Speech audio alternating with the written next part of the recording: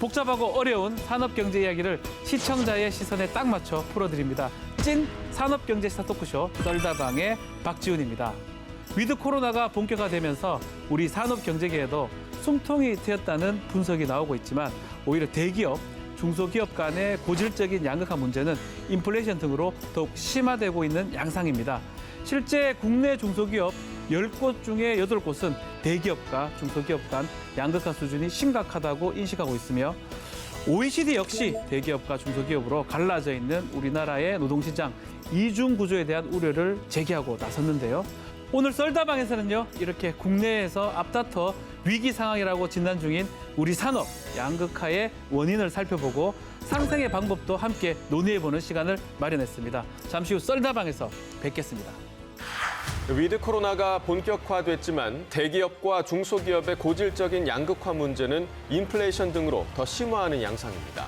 대기업은 승승장구하고 중소기업은 어려움의 늪으로 점점 더 빠져들어가는 상태.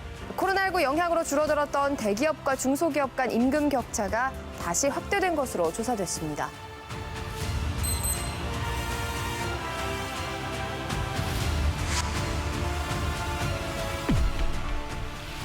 최근 일부 중소기업의 일상을 다룬 한 유튜브 채널이 시청자들의 눈길을 끌고 있습니다. 현실보다 더 현실 같은 드라마라는 입소문이 나면서 600만회 넘게 재생됐죠. 8분 남짓한 이 드라마의 댓글창에는 내 얘기인 줄 알았다며 공감하는 사람들로 가득합니다.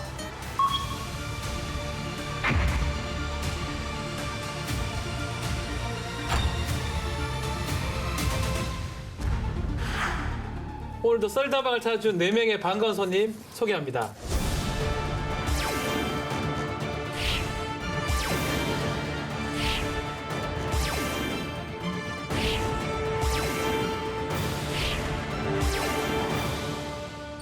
네 분 어서 오십시오. 안녕하세요. 자, 반가운 이 세 분하고 단골 손님들인데 또 함께 한 분의 아주 특별한 손님이 우리 썰다방을 찾아주셨습니다. 이정희 중앙대학교 경제학부 교수님, 안녕하십니까? 안녕하세요. 네, 반갑습니다. 교수님, 얼마 전에 대통령 직속 국민통합위원회 그 대중소기업 상생특별위원회 위촉이 되셨더라고요. 어떤 역할을 하는 겁니까, 거기서? 네. 뭐 상생이 이제 네. 우리가 국가적으로 사실은 대단히 중요하고 정말 필요한 네. 것 같습니다. 근데 특히 대중소기업 문제는 오래전부터 계속 이제 상생의 문제가 많이 대두되어 왔고요. 또 이런 격차가 너무 벌어지기 때문에 그래서 그런 문제를 뭐 그동안 모든 정부에서 해왔습니다만 특히 이제 새 정부에서 또 새롭게 상생의 어떤 그런 좀 하나의 큰 방향과 좀 틀을 만들어 보자 이런 측면에서 만들어졌고 일단 1차적으로 올 12월 말까지 그 하나의 좀 상생 방안을 마련하는 일단 이 부분들을 소임을 좀 맡고 있습니다. 큰 일을 지금 맡으신 것 같은데 우리 오늘 이정희 교수님 내부에서 중요한 역할도 해야 되지만 우리 썰다방에서도 오늘 주제하고 맞는 거니까 아주 중요한 역할을 해줘야 됩니다. 다만 또 통과 의뢰가 있어요. 저희 썰다방에 아주 중요한 닉네임 짓기가 있는데 혹시 정하셨습니까? 네. 저는 오늘 그 닉네임을 상생경제로 하겠습니다. 상생경제 이정희 교수님. 묵직합니다. 네, 멋진데요. 오늘 주제만 상생경제인데 다음에도 상생경제 쓰시겠다. 알겠습니다. 닉네임. 자, 다른 분도 자, 우리 아기상어 김성수 예. 평론가님. 네. 안녕하세요. 예, 안녕하십니까. 잘 지내셨죠? 예, 뭐 근데 제 닉네임이 굉장히 네. 너무 아동스러워서 상생경제라고 하는 거의 국가적인 어떤 아젠다랑 같이 어울리기가 좀 그렇네요. 예. 자, 이 경제 초짜라고 또 정하셨죠? 예, 맞습니다. 박정호 교수님도 나오셨는데. 경제는 파도 너무 어려워요. 네. 그리고 파도 정말 모르겠다. 그런 마음 때문에 초짜구나. 그런 솔직한 심정입니다. 네, 자, 경풀남, 경제를 풀어준 남자, 김대호 평론가님. 네. 네, 반갑습니다. 경제를 국민들이 제대로 아는 것이 국민 주권의 행사다. 그래서 제 힘을 다해서 경제를 풀어드리겠다. 네, 이런 경풀남. 예. 예, 알겠습니다. 자, 오늘도 방송 말미에는 최고의 썰을 풀어주신 썰킹 한 분을 뽑아서 소정의 금액이 담긴 문화 상품권 또 방송 대미를 장식할 노래 선곡 기회를 드리겠습니다. 이 점도 꼭 기억해 주시기 바랍니다. 자, 본격적인 썰다방 지금부터 시작하겠습니다. 네, 오늘의 주제는 위기의 대기업과 중소기업 양극화. 상생을 위한 해법은입니다. 참 쉽지 않은데요. 사실 대기업하고 중소기업 양극화 문제가 어제 오늘 일이 아닙니다. 2020년 이후 대기업 또 중소기업 양극화가 심화되고 있는데 어느 정도 수준이라고 교수님 봐야 됩니까? 이제는 이제 어떻게 보면 노력 여하에 따라서가 네. 아니라 그 사람들의 이제 인식으로 굳혀진 것 같아요. 네. 저도 일선 학교에서 학생들을 진학할 때 학생들의 취업 안 되는 친구들도 간간히 있거든요. 그럼 이제 그 친구들에게 흔히 말할 수 있는 이제 교수님으로서 권고사항 중에 하나가 조금 눈높이를 낮춰보지 그러니 이런 얘기를 할 수가 있잖아요. 중소기업 쪽을 얘기하는 거죠. 예. 그러면서 중소기업들 중에서도 좋은 회사들이 많다 이렇게 얘기를 하면 학생들이 어떻게 받아들이냐면 그럼 저를 앞으로 평생 중산층 이상 살 가능성을 버리라는 의미입니까? 이런 식으로 받아들이는 상황입니다. 예. 그러다 보니까 인식 자체가 대기업과 중소기업이라는 게 어떻게 보면 산업 생태계에서 변화하고 중소기업이 대기업이 되고 이렇게 바라보는 게 아니라 대기업은 영원한 대기업, 아하, 고정적으로. 중소기업은 중소기업 고정적으로. 이렇게 해서 고착화돼가는 구조를 요즘 느끼고 있는 것 같아요. 네. 사실 문제 같은데 이 중소기업, 대기업 양극화 격차가 커지는 게 지금 얘기했던 그런 고착화도 그렇지만 뭐가 가장 문제인지 잘 모르는 분들도 있을 것 같아요. 예, 우리가 흔히 중소기업이라는 것은 옛날에도 열악했고 지금도 열악합니다. 그런데 지금에 와서 중소기업 문제가 특히 문제가 되는 것은 지금은 상당히 심각합니다. 왜 그러냐면 지금 과학 기술이 바뀌고 기업의 사업 모델이 바뀌면서 네. 이를테면 배달 업무, 음식 업무만 하더라도 몇몇 대기업이 플랫폼을 싹쓸이 해버림으로써 독점을 해버림으로 중소기업은 살아갈 수 있는 기반을 상실당하고 있거든요. 우리나라의 모든 산업은 재벌 기업들의 사돈의 팔촌까지 해서 그 사람들이 다 장악을 하고 있습니다. 그러니까 새로 정말 중소기업 그래서 할 어떤 기획의 공정성이 보장이 되지 않는 것이죠. 사업력이 더 올 수가 없다는 거네요. 그렇습니다. 예. 우리나라의 지금 상태가 자율경제를 하기 어려운 정도로 일부 재벌 독점, 아주 문어발이 아니라 거미줄, 공룡발, 문어는 발이 10개밖에 없지 않습니까? 또 묵직합니다. 그 얘기 하니까요. 그런 면에서 지금 사태가 좀 심각하다. 이렇게 볼수 있습니다. 전체 다 재벌이나 큰 대기업에서 장악을 하고 있다. 이렇게 봐도 된다. 이 말이네요. 네, 아무래도 우리가 성장 과정 자체가 주로 대기업들이 아무래도 우리 성장에 많은 이제 역할을 했죠. 네. 역할을 하다 보니까 여러 가지 경제의 어떤 중심 자체가 대기업이 중심이 되어 왔고요. 여기에 또 협력 부분들이 있어야 되는데 네. 이게 이제 중소기업들이 역할을 사실은 되는데. 역할을 나눴던 겁니다. 예. 그러니까 앞서서 대기업이 이끌어갔고 여기에 뒷받침해 주는 것이 중소기업들. 그런데 이제 이 대기업과 중소기업이 어차피 한 배를 탔다고 생각을 해서 같이 이제 왔어야 되는데 예. 그게 무슨 소리인가 하면은 그러면은 격차가 같이 한 배를 탔으니까 같이 움직이니까. 그렇죠. 그러면은 예. 성과가 대기업이 좋으면은 협력업체도 같이 따라 좋죠. 좋으면 예. 지금 이 격차 문제는 없었다. 그런데 이제 문제는 그런 같은 어떤 배를 탄 것 같이 보이지만은 거기서 이 차이가 점점 벌어져서 그러니까 중소기업들은 여러 가지 어려움을 호소하고 그렇게 이제 지금 이런 과제들을 상생이라는 과제들을 지금 우리한테 던지는 것 같습니다. 이게 중소기업하고 대기업 양극화 이 격차가 커지는 게 왜 중요한 문제인지 모르는 분도 있지만 그 이유 중에 하나가 낮은 생산성 얘기를 하긴 하더라고요. 중소기업은 생산성이 매우 낮다라고 얘기하면서 10년간 그 격차가 계속 더 벌어졌다고 하는데 글쎄요, 이게 왜 노동 생산성이 대기업에 비해서 중소기업은 낮은 겁니까? 네, 이렇게 하면 좀 이야기를 할 수가 있을 것 네. 같습니다. 우리가 이제 중소기업들은 우리가 9983이라는 숫자로 좀 대표할 수 있어요. 잠깐만요. 적겠습니다. 9983. 예.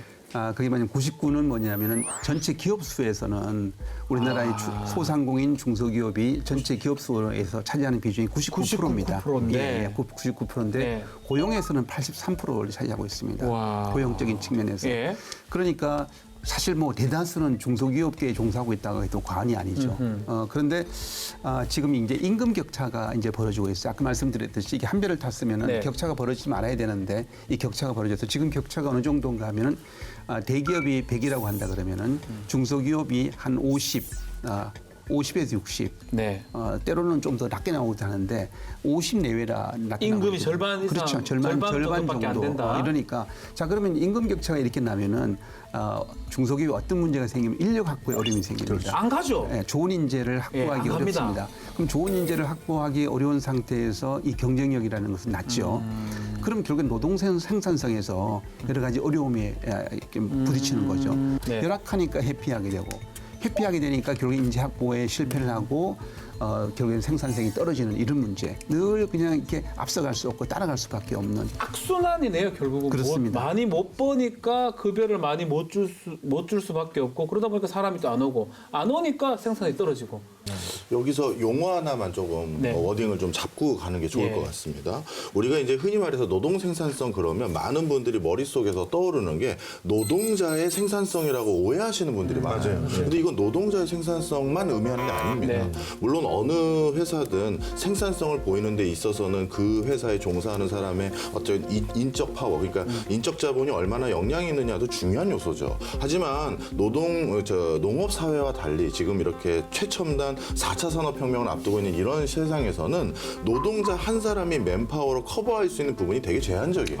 쉽게 얘기해서 농사를 짓는데 내가 우수한 농사꾼인데 쟁기 주는 것과 트랙터 주는 거는 생산성이 달라지는 거예요. 그 얘기는 무슨 얘기냐면 중소기업들이 노동 생산성을 높이지 못하는 데에선 물론 인건비가 낮아서 나름대로 우수한 인재가 안 오는 요소도 있지만 이걸로 모든 걸 함몰시키면 안 된다는 겁니다. 그럼 이제 뭐가 문제냐? 쾌적하게 일할 수 있는 예를 들어서 여러 가지 인프라들이라든가 그리고 설비라든가 그리고 예를 들어서 기술적인 아까 종속성 이런 여러 가지 부분들이 있는데 그런 것들에 대해서 힘을 발휘할 수 있는 여지를 더 줘야 그 격차를 완화하는 여러 가지 허들들을 뛰어넘을 수가 있는데 그런 얘기는 안 하고 예를 들어서 이 중소기업의 노동 생산성이 떨어지는 걸 철저히 그들의 인적 자본의 유실이나 그 부족함으로만 귀결돼서 설명하는 건 좀 문제가 있어요. 문제가 맞습니다. 있다.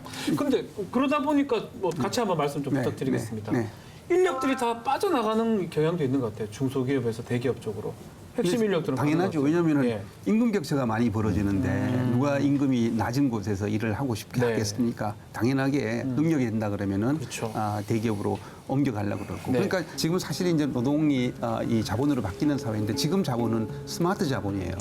그러니까 지금 현재 다 스마트화를 시키는 과정에 예를 들어 제가 아마존 이야기를 들어봤더니 네. 아마존이 지금 강조하는 것은 전부 다 이게 자율 이런 첨단 AI 쪽이더라고요.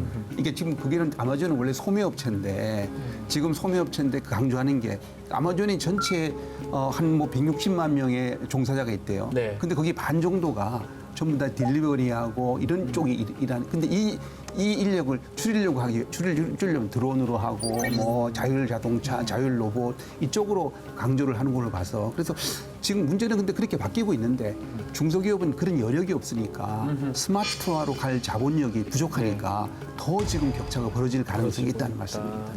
임금 보니까 지금 실제 격차는 지금 거의 한 2.4배 정도 된다고 하던데 2.4배면 말한 것처럼 절반보다도 못 받는 거네요.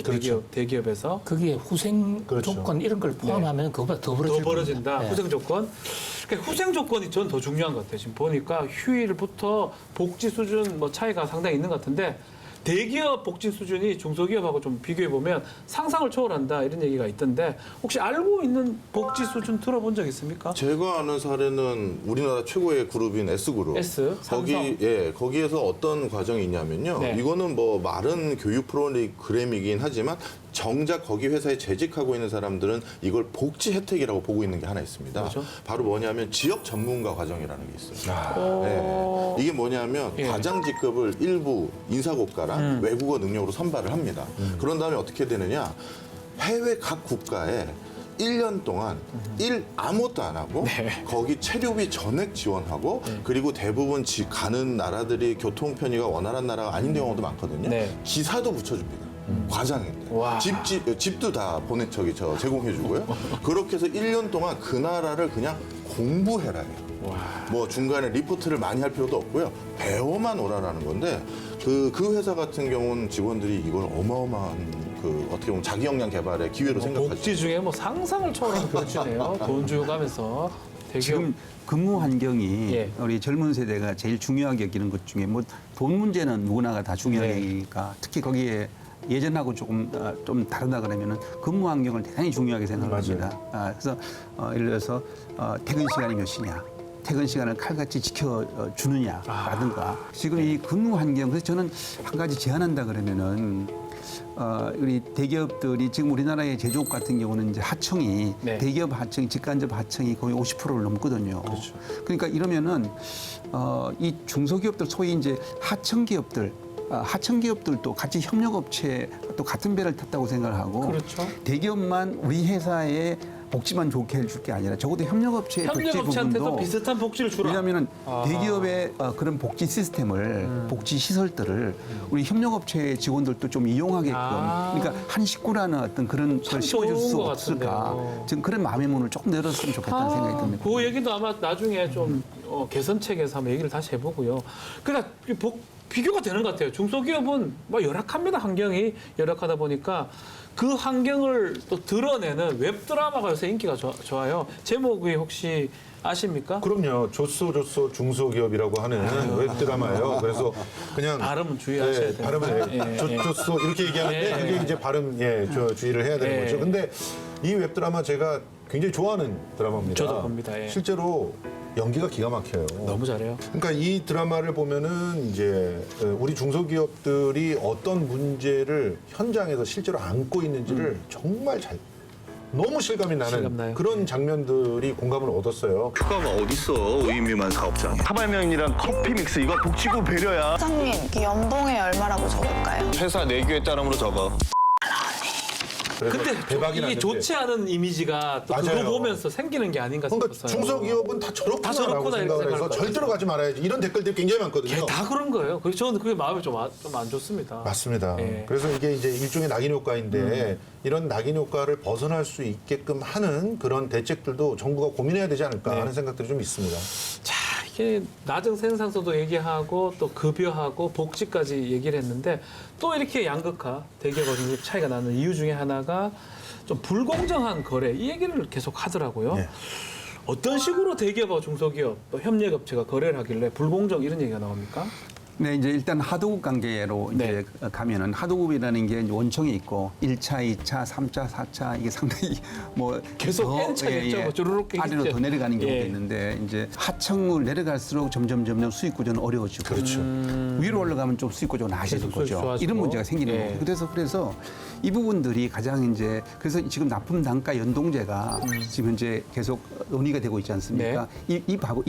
이거는 뭐냐면은 우크라이나 사태가 터져가지고 이제 국제발 원자재 값이 폭등하고 했는데 네. 내가 납품 단가는 이게 크게 안 올려주면 반영을 안 해주면 그러니까 그러면 본인만 손해 보는 거예요. 지금 자기는 비싸게 사와야 그치, 되는데 그런 문제가 생기는 거죠. 예. 그러니까 이게 그 원가가 막 올라가면은 예. 그만큼 반영해서 저걸 가격을 쳐줘야 그래야 이 중간 마진 자기들이 막 갖고 가는 중소기업 갖고 가는 마진도 어느 정도 가져가야 보장이 되는 거죠. 그래 거기서 이윤도 있고 필요한 경비를 뺄 수 있잖아요. 그렇죠. 근데 또 그런 부분들이 아마 이 납품 단가 연동제가 아마 어떻게 이제 뭐 방안이 만들어질지 모르겠지만은 그런 부분들이 있고요. 2022년 8월 11일 중소기업이 상생의 문을 열고 드디어 새로운 도약을 시작하기 위해 납품대금 연동제 시범 운영을 시작합니다.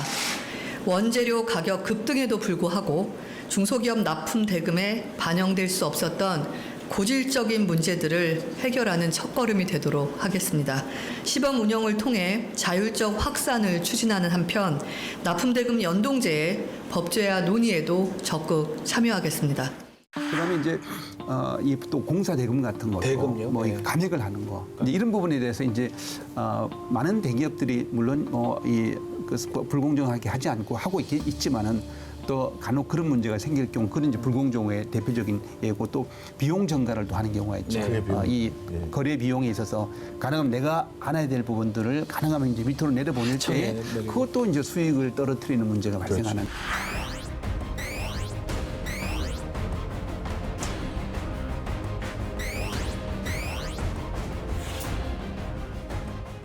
요즘은 이런 지경까지 왔어요. 사실 이제 ICT 분야 같은 경우는 어느 정도 혁신을 해서 새로운 어떤 초과이익이라고 해야 되나요? 업계에서 일반적으로 누리는 그런 수준이 아니라 초과이익을 누릴 수 있는 기회들이 있는데 많은 중소기업들은 그런 것들을 어떻게 보면 자본력으로 해서 다시 거듭날 수 있는 걸 많이 그동안 노려왔거든요. 네. 근데 우리나라에서 지금 대기업들 같은 이거 공공연한 비밀입니다. 업계에서 특정 그 연말이 되면 그 USB 들고 옵니다. 그래서 어떻게 한다? 너희 그 전산 원산 장부 여기 그대로 카피해서 가요. 그리고 나서 이 회사가 나름대로 내부에서 경영 혁신이나 뭐 어떤 역량을 발휘해서 원래 당초 이 납품 단가로 납품하면 우리가 마진율이 10% 정도 될 것 같은데 어떤 방법인지 모르겠지만 장부 봤더니 이제 20% 했네? 그걸 빼와가요? 그러면 다음번 계약할 때 그만큼을 깎아버리는 거예요. 못됐다. 그러니까 그걸 그 회사는 역량으로 해서 뭔가 재투자를 하고 그럴 수 있는 여지인데 그러면 이제 낮춰도 되는 거네 다음번에. 이 있는 거를 이미 막 그 법적으로 이렇게 나쁜 짓 했다가 너무 큰 기업의 이미지 손상이 있을 수 있으니 다음번 계약에 그걸 반영하기 위해서 그냥 회사 내부 정보를 가져가는 거예요. USB를 들고 와서. 너희들 뭐 잘하고 있네. 그러면 요게 맞춰서 줄게. 이렇게 되는 거잖아요. 근데 이거를 사실은 항의하기가 굉장히 어려운 구조라는 게 제일 큰 문제예요. 약간 이게 갑을 관계잖아요. 네. 원청이 갑이면 하청이 을이기 때문에 그러니까 뭐 안 됩니다. 이렇게 할 수 없는 거잖아요. 최근에 그러니까 요런 내용들은 진짜 그 드라마의 아주 중요한 소재들인데 최근에 그 디 엠파이어인가요? 하는 그 굉장히 또 하드한 그런 드라마가 있습니다. 근데 그 드라마를 보면 한 그 젊은 여성이 특정한 가문을 몰락시키기 위해서 이제 목숨을 거는 얘기가 나와요. 근데 그 왜 그랬냐면 자기 아버지가 하청 공장이었는데 그 공장에서 기술 혁신을 해서 새로운 그런 제품을 만들었어요. 그래갖고 그걸 납품을 하고 있는데 독점적으로 이제 계약을 한 회사에서 단가를 후려치는 거예요. 이제 돈을 좀 들어간 R&D 비용을 회수할 정도 되니까 막 후려치기 시작하는 거예요. 말씀하신 대로 내부자 정보를 갖다 빼냈겠죠. 그렇게 되니까 이쪽에서는 그럴 수 없다. 차라리 납품을 포기하겠다 이렇게 하니까 빼낸 정보 중에서 어떤 것도 쓰냐면 그 디자인과 기술을 고스란히 카피를 해가지고 다른 회사에 갖다 준 거죠. 그 회사는 자기가 그 돈 들인 게 없으니까 단가를 맞출 수 있잖아요. 그렇게 해가지고 뺏기게 되니까 그 공장이 망하고 아버지가 그냥 극단적 선택을 하는 얘기가 고스란히 들어가 있거든요. 이 얘기가 지금 아직까지도 드라마 소재가 된다는 것은 그런 현실이 있다는 거 아닙니까? 이런 문제들을 갖다 먼저 해결을 해줘야 되는 거거든요. 취재 현장에서 보았던 것 중에 하나가 최근에도 이제 우리 이름만 대면 알만한 뭐 중공업 회사, 뭐 배 잘 만드는 중공업 회사예요. 몇 개 없죠? 검찰 수사가 되고 있지 않습니까? 거기에 설계 도면을 가져와라. 근데 그걸 이제 직접 뺏어가면 나중에도 들킬 것 같으니까 범죄가 될 수 있으니까. 그 도면을 제출을 해야 어떤 수술을 할 수 있을 거지 않습니까? 우리만 보고 어떤 판단하는데 참고할게 해놓고 그 도면을 그 회사의 경쟁업체인 외국의 회사한테 넘겨버린 거예요. 그럼 회사 도산하죠. 도산하죠.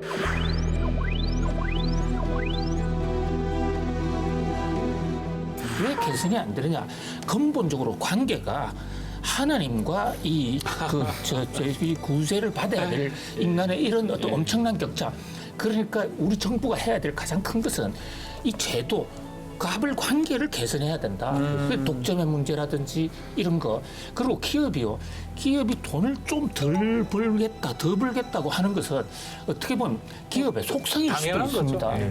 그러니까 대기업을 무조건 또 비판할 수도 없는 거예요. 법을 어기지 않았다고 그러면. 그러니까 여기서 정부의 역할이 필요하고 시장 실패를 막기 위한 그런 점에서 독점 이게 굉장히 중요하다. 그걸 막아야 돼요. 지금 이제 소위 중소기업들이 이제 경쟁력을 높아지려면 기술 혁신을 해야 되거든요. 근데 기술 혁신의 동기를 사라지게 만들 수 있는 문제입니다. 내가 열심히 해서 기술 원가를 절감을 했어요.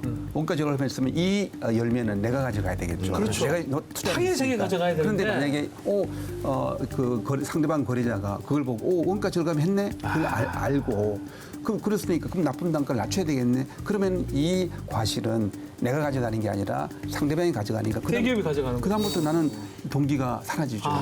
내가 그러니까 이런 문제죠. 물론 그런 부분들 그러니까 그런 부분들에 대해서는 그것도 불공정에 속하는데 근데 이제 이런 부분들이 이제 입증 자료 같은 게 여러 가지 어려움이 있기 때문에 아마 중소기업들이 또 하더라도 여러 가지 시간도 걸리고 하는 부분이 있을 겁니다. 근데 이 부분들은 분명한 건 정부 입장에서는 뭐 반독점, 독점력에 대한 어떤 문제점들, 폐해 문제들을 엄히 다스리는 것은 이제 지금 정부가 하고 있고 역할인데 아마 좀 더 이런 부분들은 이 현장을 잘 살펴보면서 좀 문제가 없도록 할 부분이 있겠죠. 얘기를 좀 들어보니까 결국은 이 납품 원가 이런 거를 싹 바꾸는 게 이게 가장 중요한 수단으로 보이거든요. 대기업에 힘을 발휘하는. 그래서 납품 원가 반영을 위한 납품 대금 조정 협의 제도라는 게 있다고 하는데 이게 유명무실하다 이렇게 김 대평론가님 얘기가 있어요. 그렇습니다. 그게 그 취지는 좋지만 네. 근본적으로는 개선하기가 참 어렵다.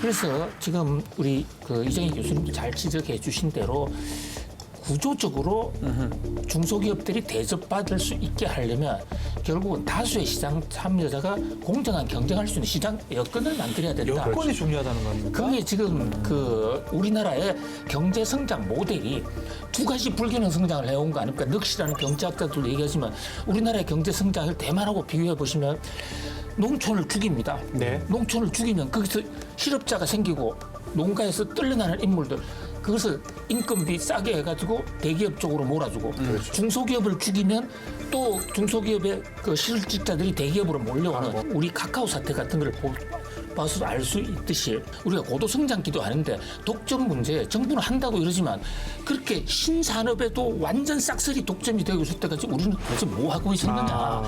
그런 면에서 이 사회가 중소기업 문제는 그 하나의 관행을 고치는 것도 물론 중요하고 다수의 시장 참여자에 의한 공정경제 사회를 만들어야 된다. 저는 그렇게. 우리도 뭐 공정거래법 같은 게 있긴 한데요. 어떻게 보십니까? 다 의견 한번 들어볼까요? 우리가 제도를 만들 때 이 제도가 만들어 놓다고 다 끝나는 게 아니라 이 제도가 과연 실효성이 있을 거냐 없을 거냐를 잘 좀 볼 필요가 있겠죠. 제도만 만들었다고 해서 이 제도 있잖아 이게 뭐 무슨 문제냐 그게 아니고 지금 아까 말씀하신 것처럼 그렇게 안 되는 이유가 뭘까라는 부분을 봐야 되고 사실 우리 대기업들이 그동안에 성장을 해서 우리 경제를 이 정도까지 일으킨 것에서는 저는 뭐 상당히 좀 아주 박수를 보낼 부분이 있습니다. 이제 근데 우리가 성장이라는 것은 계속 가는 게 아니라 성장을 하고 나면은 거기에 후유증이 있고 문제가 있으면 그걸 문제를 개선하면서 가야 되는 거죠. 계속 성장할 수는 없으니까. 그래서 우리 현재의 문제는 우리 경제가 지금 예전에 비해서 상당히 슬로우하고 됐고 이거는 뭐냐면은 한번 추스려 갈 이런 시점이라고 보는 거죠. 왜냐하면 계속 성장이 아니라 그럼 여기서 그러면 우리가 어떻게 가야 될 거냐. 그러면 그동안에 낙후됐던 이런 차이들 이런 부분들을 다시 좀 이 문제를 해결해 가면서 그 다음 성장을 좀 기대해야 되지 않을까 이렇게 생각합니다. 대안이 우리 뭐 좀 전에 말씀했었는데 납품 단가 연동제 뭐 등등 어떤 제도적 대안으로 해결이 가능한 것 같습니다. 예, 꽤 있는데 지금 그런 것들에 대해서 시도를 그냥 방향을 잘못 잡고 있는 것 같아요. 이걸 좀 정리를 좀 해드리면 일단 첫 번째로 공정거래가요. 대기업이 중소기업이나 합청업체들에게 싸게 사지 못하도록 한다가 공정거래가 아니에요. 그럼요. 당연히 모든 기업들은 더 어떻게든 저렴하게 이 원자재나 부품들을 조달받아서 그걸로 더 큰 이득을 남길 수 있을까를 고민하는 게 기업의 숙명입니다. 그리고 이건 독일이나 일본이나 뭐 우리가 표면적으로 상생 모델이 잘 돼 있다라는 곳들도 그 중소기업들에게 어떻게든 가격 이거 조금만 더 싸게 납품해 주세요. 그거 다 해요. 그걸 못하게 하는 건 공정거래가 아니에요. 단 그렇게 해서 중소기업도 어떻게든 동의를 했고 대기업도 동의를 해서 사인을 다 했는데 갑자기 말을 바꾼다든가 이런 것들 그런 것들을 근절하라는 얘기지 대기업에게 무조건 비싸게 사라 아니면 적정 가격에 사 이거는 그건 의미는 아닙니다. 그 하나는 좀 우리가 잘 바로 잡아야 되고요. 그럼 두 번째 그러면 이 중소기업은 그럼 어떻게 하라는 겁니까? 어떻게 해야 됩니까? 교섭력이 떨어지는 상황에서 자 그런데 지금의 대기업들이 이 위치에 있었던 걸 우리가 반추해 보셔야 됩니다. 사실 이 대기업이 그 가장 짧은 순간에 그 반열에 올라갔었을 때 전 국민적인 양보와 희생 그리고 그쪽의 선별적인 선택과 집중을 했기 때문에 그 반열에 올라간 거예요. 그런데 그럼 지금 중소기업 지원을 위해서 그 수많은 지원들을 해주는데 지금 지원해 준 게 과거 우리 60년대 70년대 그 대기업들을 지원해 준 것보다 더 많이 해줬느냐 더 유의미한 수준을 해줬느냐 절대 그 소리는 못 하겠어요 제가. 그러다 보니까 어떻게 해야 되냐면 지금 우리 뭐 여기 오늘 진짜 직도 가지고 계신 분이 나오셨으니까 아마 전원도 해주실 거라고 믿습니다만 우리 스스로 우리가 중소기업을 바라보는 스탠스가 중소기업이라는 걸 전제하고 지원하는 게 많아요. 간단히 예를 들어보겠습니다. 아까 우리 저 교수님께서 얘기하셨는데 요즘은 중소기업을 들어가지 않는 이유들 중에서도 회사의 여러 가지 가지 인프라, 건물이 어떻다라든가 근처 환경이 어떻다라든가 이런 걸 중요시 여긴다고 했잖아요. 그런데 국가에서도 중소기업을 지원하기 위한 산단이라든가 맞아요. 지식산업센터를 조성할 때 이 지방에 뭐 이 정도면 됐지 뭐 이거예요. 맞아요. 국가 자체가 그렇다는 정부에서 만약에 중소기업을 지원하고 그 좀 낙후된 도농 지역의 뭐 예를 들어 농공단지나 일반 산단에 사람들 청년들이 가길 원하면 거기가 서울의 테헤란보다 더 좋은 건물이 있어야 그나마 갈 거 아니겠습니까? 네. 그러면 이게 사람들이 선호하는 지역도 아니고 선호하는 기업이 아니라면 그 건물이 예를 들어 그런 거 있잖아요. 네. 엄마 나 회사 있었는데 엄마 우리 회사 한번 와봐. 이런 마음 있는 거 뭔지 아시잖아요. 그렇죠. 정말 중요하죠, 사실은. 네. 그러면 그런 그 낙후된 뿌듯함이 지역에 있는데. 더 좋은 건물을 더 지어줘야 밸런스가 맞는 거지. 스스로 정책하는 사람들이 이 동네 이 정도면 됐지 뭐. 이거 정도 들어갔으면 만족해야지. 이거는 오히려 중소기업을 망치는 일이에요.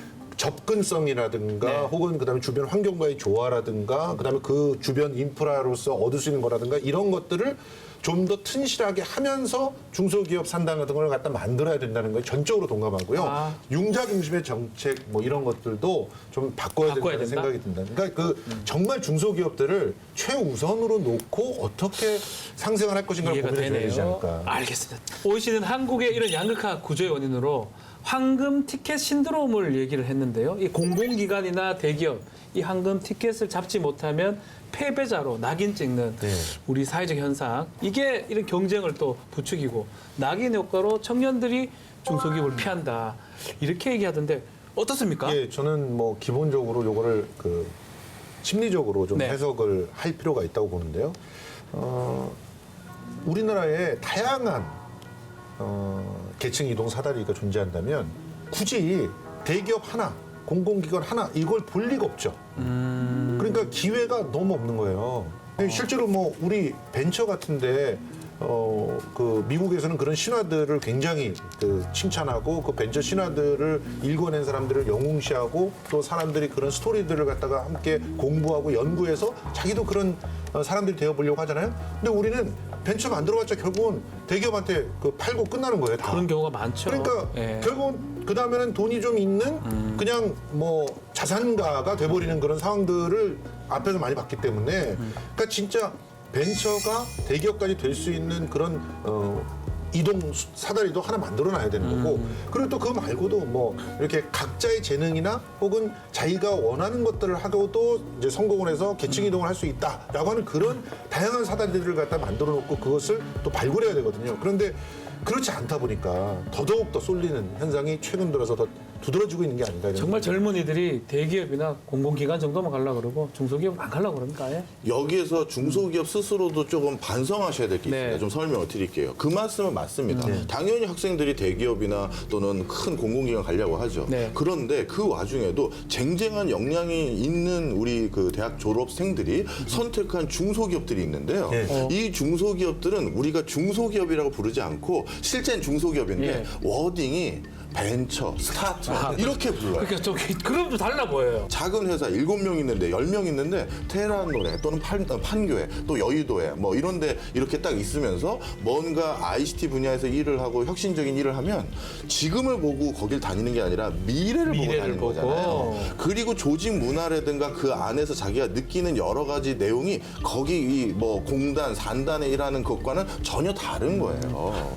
그러다 보니까 이게 뭐 꼭 사회만 탓할 것이 아니라 우리 중소기업에서 우리 조직 문화는 과연 MZ세대를 수용할 수 있는 어느 정도까지 준비가 돼 있는지 꼭 보셔야 돼요. 네. 내부적으로 각성을 해야 될 건 해야 된다. 국내에서 좀 이 모범이 될 만한 대기업, 중소기업 상생 사례 같은 것도 좀 같이 한번 소개를 좀 해주십시오. 네, 뭐 우리가 뭐 네. 특정한 뭐 기업들을 워낙 이게 사실은 뭐 사례는 많이 있는데 그래서 저는 이제 뭐 하나하나의 어떤 기업의 사례라기보다는 분야별로 이렇게 네. 사례를 본다 그러면 이제 아까 그 납품단가 연동제 부분이 이제 지금 주요 이슈로도 올랐지만 네. 이미 스스로 이제 납품단가 연동제를 하고 있는 기업들이 이제 있습니다.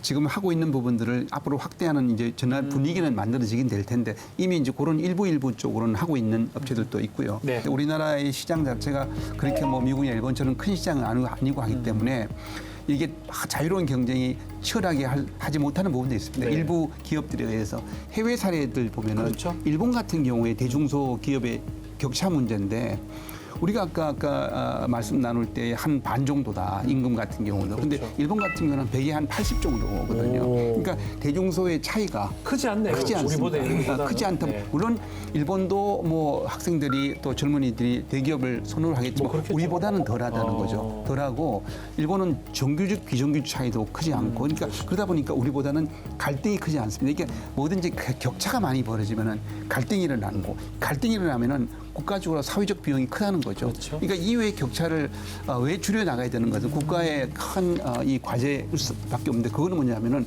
사회적 비용 자체를 키워가는 문제를 이건 다 국가가 부담해야 될 부분이죠. 네. 그렇기 때문에 대중소의 거래 관계에서 이렇게 나타나는 문제를 국민 전체의 세금으로 사실은 그런 사회적 비용을 메꿔야 되는 문제가 발생하는 거거든요. 그래서 그런 부분에서 중요하다 이렇게 말씀드립니다. 그래서 이제 발상에 우리 정책의 발상의 전환이 좀 필요한 시점이 왔다. 가치관을 어떻게 둘 것인가 이거 굉장히 중요한 문제로 된 바로 그런 면에서는 이 공정거래법, 독점 문제. 지금 공정거래법도 잘 돼 있다고 그러지만 우리나라 공정거래법은 허점, 투성입니다. 이를테면 뭐 한 예를 들면 전속 고발권을 왜 공정거래위원회한테 주는지 난 이해를 못하겠어요. 이런 문제에 대해서 좀 발상에 좀 전환할 필요가 있다. 네, 잠깐만 거기서 제가 이제 조금 약간 이제 공정거래위원회가 아까 이제 뭐 이 여러 가지 좀 문제점이 있다. 이제 물론 공정거래위원회가 할 일이 사실은 많은데 전속고발죄 같은 경우는 이미 벌써 전속고발죄 고발권 문제는 이미 검찰이나 그다음에 중기청, 감사원 다 이게 고발권을 줬습니다. 고발권을 줘서 지금 뭐 중기부도 자체적으로 공정위가 뭐 고발 안 하면은 중기부가 고발해서 올라옵니다. 그러니까 그 수정됐다는 게 기업이 미국 같은 경우는 어떻게 하는 줄 아세요? 아예 중간 단계 공정거래위원회는 그거 안 해요. 공정거래위원회가 그걸 왜 합니까?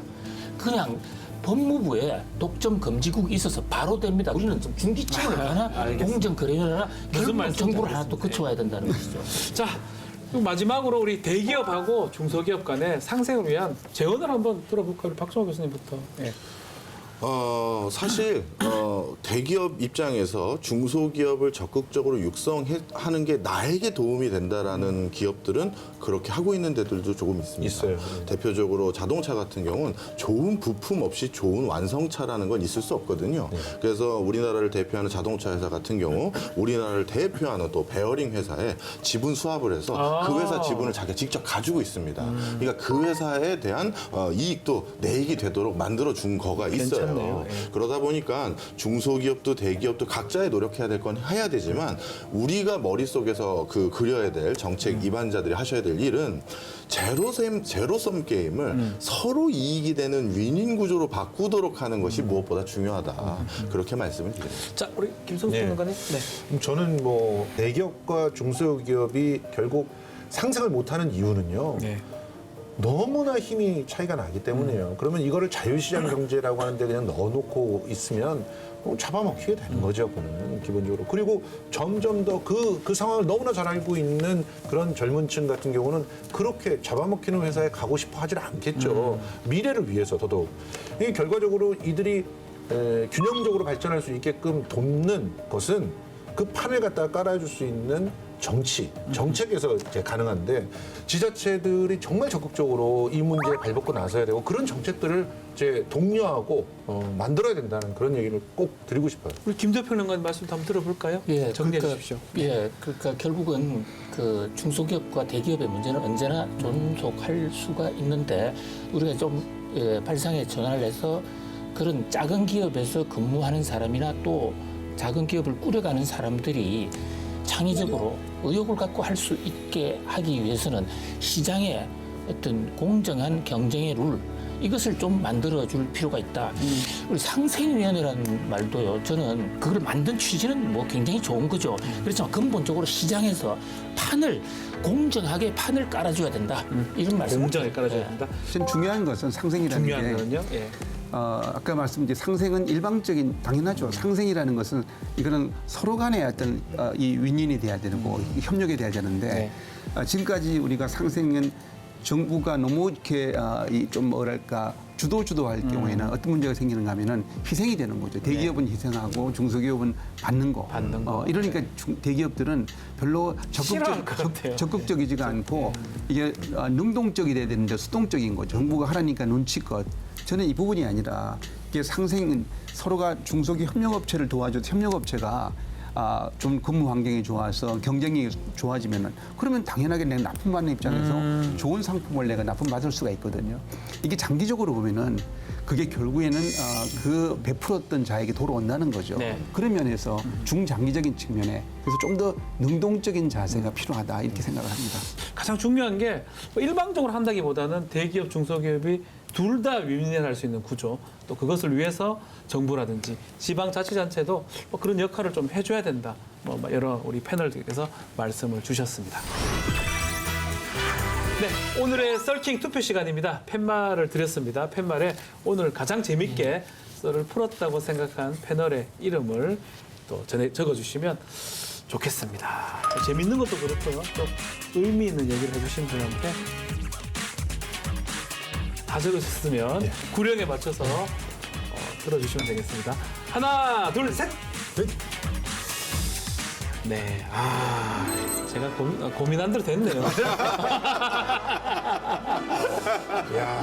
오늘의 썰킹은 이정희 교수님입니다. 자, 감사합니다. 소정의 금액이 담긴 상품권을 저희가 문화상품권을 선물로 드리겠습니다. 네, 감사합니다. 네. 이제 중요한 게 이제 썰다방에 대미를 장식할 노래를 이제 고르셔야 되는데 뭐 아무 노래도 좋습니다. 뭐 의미를 부여해도 되고요. 또 정말 본인이 좋아하시는 18번 노래도 괜찮고요. 네. 저는 그러면은 노사연의 만남으로 하겠습니다. 왜냐하면 우리가 대중소 상생이니까 그렇네요. 좋은 만남으로 잘 지낼 수 있기를 바라는 마음에 만남으로 하겠습니다. 알겠습니다.